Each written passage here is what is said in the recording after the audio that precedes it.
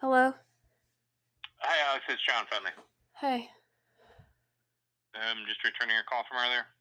Um, I'm just trying to figure out how they can legally strip me of my parental rights without a court date. My understanding, and I'm not 100% clear on this, is the fact that the Exchange Center has rules, and if the rules aren't followed, then they can no longer provide you their services at their discretion. So, why wouldn't they tell me what the rules were? That's between you and them. I don't know. I don't know if they had you sign a contract. So, I obviously had very little interaction with them at all. these rules that they were so at the beginning Kelly Landry Wright was telling me there was rules and that she wanted me to sign a piece of paper, and I asked her several times, "Can I please get a list of these rules and I'll sign it?" She failed several times to give them to me and have me sign anything. So how was I supposed to know what the rules were? Because I was just following Missouri laws. They told me they stripped me of my parental rights or my visitations because I recorded them while they were violating my civil liberties. When the law states in a public area, I can record anything that I need to protect myself. I'm allowed to record anything I want in a public area. So how was I supposed to know that I can't record them breaking the laws if they never had me sign a piece of paper saying or even informing me of these rules? How was I supposed to know? You have a very good question there. I don't know. So they're going to be summoned to federal court too, is what I'm hearing. Like, how can they tell me I'm not allowed to even have phone time with my kids or even see them while they're living with a persistent domestic offender and an alleged pedophile? I can't even check on my daughters now.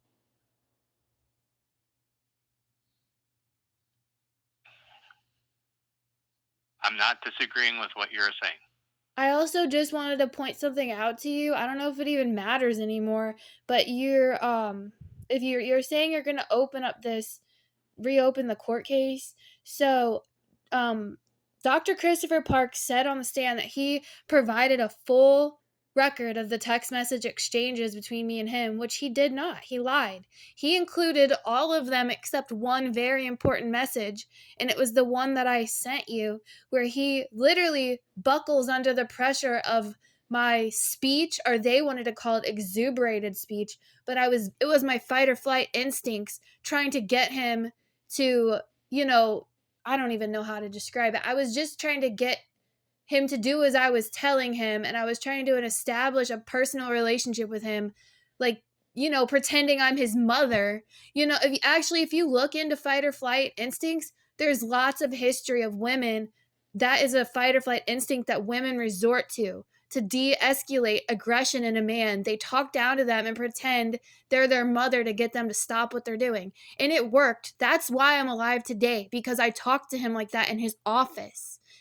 And that in the text messages, I continued to talk to him like that because I had already gotten my way with him once and he let me go. So I thought he was gonna be able, or he was gonna continue to incriminate himself when I talked to him like that, which he did in that text message where he says, "I'll get to work in a few, but I started this." And then he says, "That text message was not meant for you. I'll just agree never to come to my office again," or something like that. He did not include that in in for the courts at all. Also, if you look, he was texting me from his cell phone number, right, to lure me to the park. And then to go to that follow up visit, and when I refused to go to the park with him, that follow up visit, he called me, or started texting me from a totally different number where he told me to come in at 6:30 at night, right? I just realized that when I was looking through the evidence, and I was like, "What is this number?" And when I called it, it's a non encrypted number that can't be traced back to the user.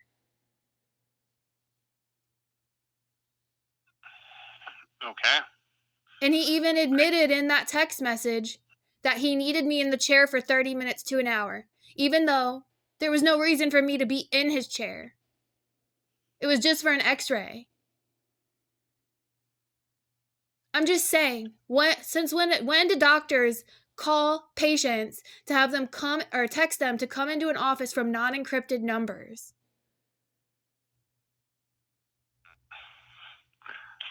You're asking questions. I can't really provide an answer at this point. I know, it's like a I mean, I know hypothetical question. I'm just saying, you're okay. this man did try to murder me, and I think it's ridiculous that everyone called me crazy for my fight or flight instinct. Because that's the only reason I'm alive today is because of the way I acted to these people. And I just have one more thing I need to ask you. So, I was actually unaware until just yesterday. I probably should have been on CaseNet looking through these things because I mean I'm just not informed. I put all my trust into you. But you were technically the one that filed the motion to have me take a psychological evaluation. That is incorrect, and I emailed you about that.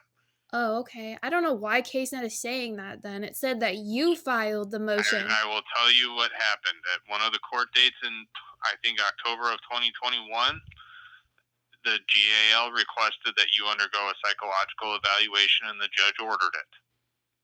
I just solely prepared the actual order and filed the actual order that the judge had said this is what is happening. Okay, I see, I guess. All this is very confusing to me, and it just doesn't. A lot of things were just not looking good on your end for the last couple days, but I just. I don't know what else to do. I'm just gonna keep harassing the police every single day until they go take my daughters out of the care of this persistent domestic offender. I don't know what else to do.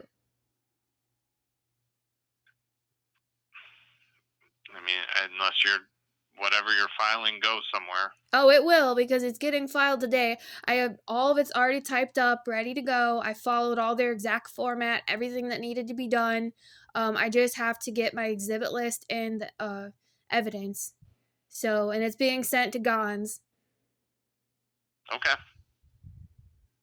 Hopefully that works, but thank you for your time. Just let me know if you really can open this court date. And I just talked to my other lawyer. She said these settlements are going to be finished up very soon, so I'll just be able to drop that money off to your office. Okay. And I do have a thumb drive ready for you if you want to pick up with all the filings and pleadings that are on it.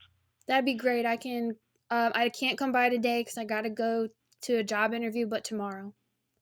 Okay. Just I'll let my staff know I'm in trial tomorrow, but somebody will be here and they'll know where it is. All right. Thank you so much. You're welcome. Bye.